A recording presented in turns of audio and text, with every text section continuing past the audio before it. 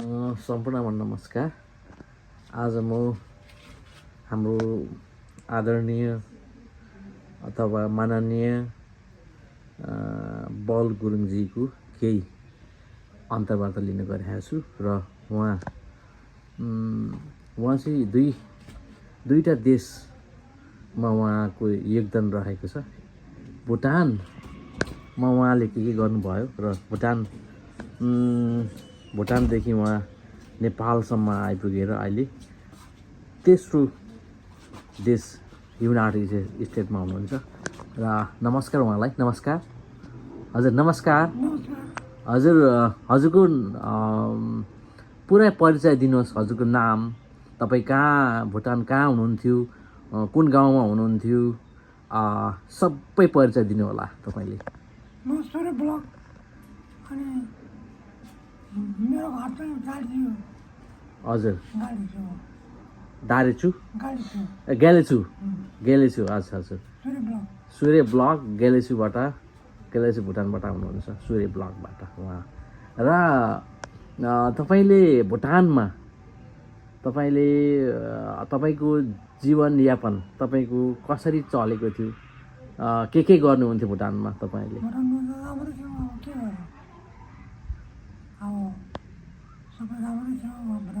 हजुर, के गर्नुहुन्थ्यो गाउँमा? के भनौँ, कति जातका मानिसहरू तपाईँहरूको गाउँमा हुनुहुन्थ्यो? गुरुङ मात्रै थियो कि अरू अन्य जातिहरू पनि हुनुहुन्थ्यो? अन्य जातिहरू हुनुहुन्थेन, गुरुङ मात्रै हुनुहुन्थ्यो। भनेपछि भुटानमा तपाईँहरूले वहाँनिर चाहिँ गाउँको उहाँको गाउँको मुखियाको नाम के थियो? मुखियाहरू हुन्छ नि, गाउँको मुखिया कालु मण्डल भन्ने हुनुहुन्थ्यो। अनि त्यहाँ तपाईँहरूको साथीहरू, छरछिमेकीहरू कस्तो हुनुहुन्थ्यो भुटानमा? राम्रो हुनुहुन्थ्यो। जस्तै केही साथीहरूको नाम तपाईँलाई याद छ? के नाम गरेका हुनुहुन्थ्यो? शङ्कर बाउ। हजुर, शङ्कर बाउ तपाईँ बिर्खेजै हुनुहुन्थ्यो। हजुर, एकदम मिल्नुहुन्थ्यो उहाँ, साह्रै मिल्नुहुने। तपाईँहरू कि कहिलेकाहीँ खोलामा दुवाली मार्नु जानुहुन्थ्यो, माछा मार्नु जानुहुन्थ्यो? कस्तो हुन्थ्यो? दुई भाइ बिर्खेजै र तपाईँ चाहिँ साह्रै मिल्नुहुन्थ्यो। अहिले उहाँ हुनुहुन्छ? मर्नुभयो। कहिले मर्नुभयो उहाँ? 3 साल भयो। ए हजुर। भनेपछि उहाँको सम्झना याद चाहिँ आउँछ तपाईँलाई? अच्छा। हजुर। त्यसपछि तपाईँ कुन सालमा चाहिँ भुटानदेखि नेपाल आउनुभयो? हजुर, 92 सालतिर आउनुभयो कि? हजुर। अनि भुटानदेखि खासै तपाईँहरू नेपालै जानुपर्ने बाध्यता चाहिँ के थियो? भोटेले चाहिँ अलिकति आफूलाई अलिकति होच्याउने, हाम्रो तपाईँहरूलाई चाहिँ अलिकति नराम्रो गर्ने, त्यही कारणले गर्दा तपाईँहरू भागेरै हिँड्नुभएको। भनेपछि भोटेले त्यहाँदेखि अन्य के गर्थे त? थिचोमिचो जस्तै के गर्थे भोटेले? हजुर। हजुर।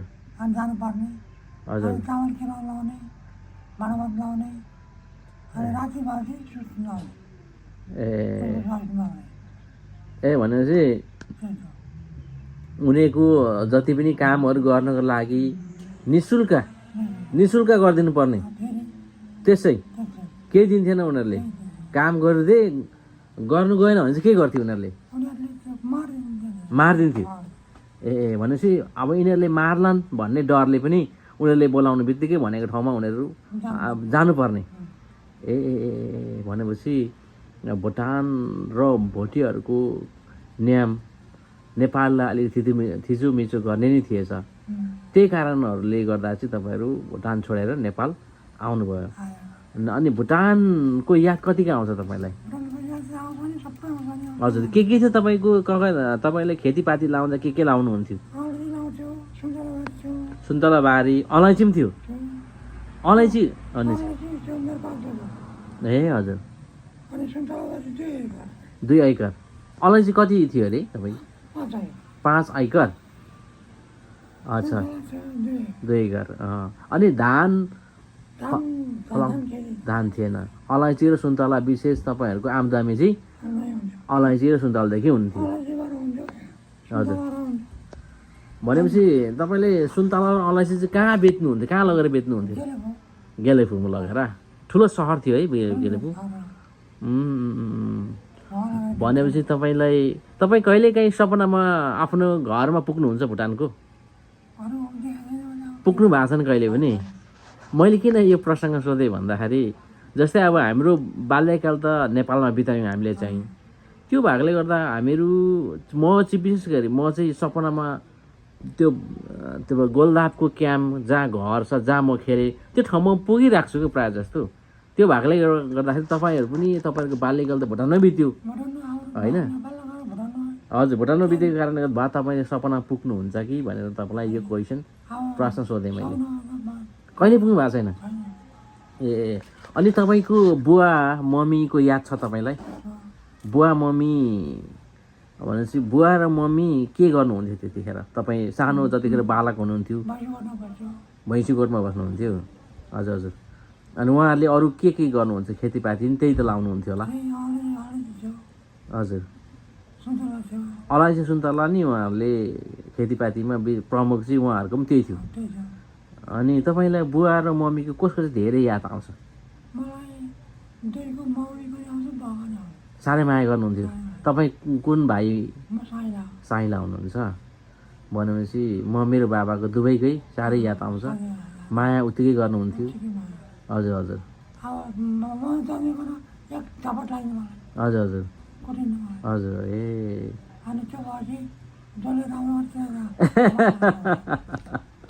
जसले धेरै माया गर्नुहुन्छ उसकै सम्झना धेरै रहने र यसो सम्झिँदा पनि जीवनमा कसलाई सम्झिनुहुन्छ भनेर कसैले प्रश्न राखेमा जसले माया गर्नुभएको थियो उहाँहरूकै सम्झना आउने गर्दो रहेछ है भनेपछि।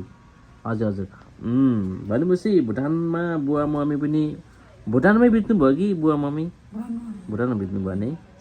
हजुर हजुर। अनि भनेपछि नेपालमा चाहिँ कस्तो जीवन तपाईँले बिताउनु भयो? कति साल बिताउनु भयो? कहाँ बस्नुभयो भुटानदेखि आएर? टिमाईमा बस्नुभयो है? टिमाईको बसाइ चाहिँ कस्तो रह्यो तपाईँको? अलिकति दुःखमय रह्यो कि राम्रै थियो? हजुर हजुर। सरकारले जस्तै के दिन्थ्यो? के चाहिँ तपाईँहरूलाई मजा लागेको खानेकुराहरू चाहिँ के थियो? चामल, हजुर, पिठो, हजुर हजुर हजुर, पचपिठो, हजुर, दाल, हजुर। भनेपछि युनिसेयरले पनि राम्रै गरेको रहेछ, राम्रै गरेको थिएछ। भनेपछि तपाईँको स्वास्थ्य, शिक्षा होइन, अनि अब खाद्य भनौँ न, यी सबै कुराले राम्रै उनीहरूले दिएको थियो, राम्रै गरेको थियो। भनेपछि त्यताको पनि बसाइ तपाईँको राम्रै भयो, राम्रै रह्यो है? तपाईँहरू क्याम्पमा बस्दाखेरि क्याम्पमै मात्रै बस्नुभयो कि अथवा अन्य ठाउँ थियो काम गर्न कहीँ जानुभयो? क्याम्पमै बस्नुभयो। हजुर। भनेपछि अहिले यहाँदेखि सम्झिँदाखेरि त्यो क्याम्पको जीवन सम्झिँदाखेरि कस्तो लाग्छ तपाईँलाई?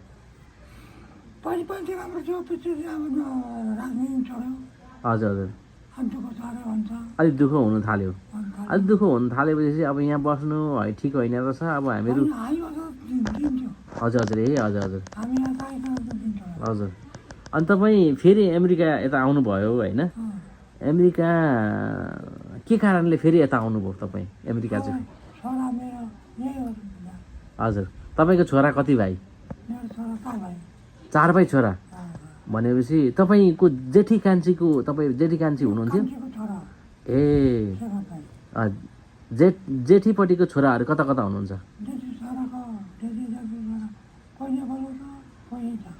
ए, नेपालमा कतिजना हुनुहुन्छ? कति भाइ? 1 भाइ। भनेपछि उहाँ क्याम्पमै हुनुहुन्छ कि अथवा बाहिर हुनुहुन्छ? ए ए ए ए भुटानमै हुनुहुन्छ उहाँ? उहाँलाई तपाईँले कहिले कल गर्नु भएको छ?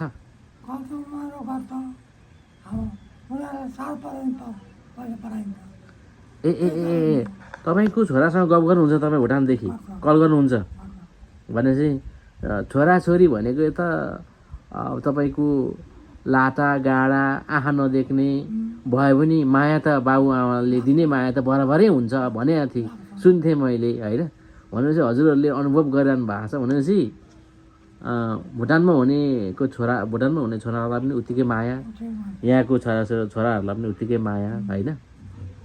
जेठी न कान्छी अब छोराहरू त एउटै आफ्नै हो होइन। अब के गर्नु अब सबै आफ्नै पर्छ हजुर हो आफ्नो घरघरि आफूले जन्म बुढीले बुढी सबै मरेको हजुर। तपाईँको श्रीमती दुईजना बितेर जानुभयो? तिनजना ए तिनजनापट्टिको छोराछोरी हुनुहुन्छ कि अथवा दुईजना मात्रै हो? जेठी र कान्छी हो कान्छी छोरी ए जेठीको ए ए ए भनेपछि माइलीको चाहिँ भएन ए ए भनेपछि तपाईँ अहिले चाहिँ यहाँ हाम्रो कान्छीपट्टिको छोरासँग बस्नुभएको छ, उहाँ शेखरसँग बस्नुभएको छ होइन। शेखर अनि ओम अनि कान्छ हजुर। अनि अलिक धेरै माया चाहिँ कसो लाग्छ तपाईँलाई? शेखरकै लाग्छ किन अलिक धेरै लागेको उसलाई ओ शेखरप्रति चाहिँ? हजुर मान्ने हो उसको चाहिँ माया लाग्छ। अच्छा अच्छा। भनेपछि अब भुटान नेपाल अनि अहिले अमेरिकामा हुनुहुन्छ, अमेरिकाको पेन्सिल्भेनियाको हेरिसबर्गमा कार्लायमा भन्ने ठाउँमा हुनुहुन्छ तपाईँ बस्नुभएको छ भनेपछि तपाईँलाई यो तिनवटा देशलाई हेर्दाखेरि कुन देश चाहिँ ठिक लाग्यो तपाईँलाई? यो देश ठिक लाग्यो तपाईँलाई? हजुर हजुर हजुर हजुर हजुर हजुर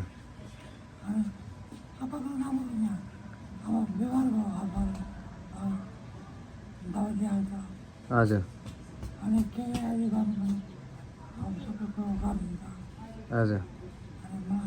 भनेपछि तिनवटा देशलाई हेर्दाखेरि तपाईँलाई लागेको साँच्चै मनैदेखि भन्नुपर्दा राम्रो चाहिँ यही देश रहेछ, किनभने यहाँदेखि औषधि उपचार पनि राम्रो दिने भए होइन।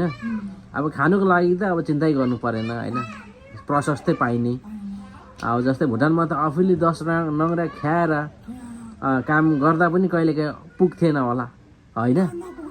हजुर हो, त्यो भएकोले गर्दाखेरि यो देश चाहिँ साँच्चै रमाइलो। ल आजको लागि यति नै अन्तर्वार्ता गरेँ हजुरलाई, फेरि गरौँ ल। धन्यवाद, नमस्कार हजुर। ल हवस्।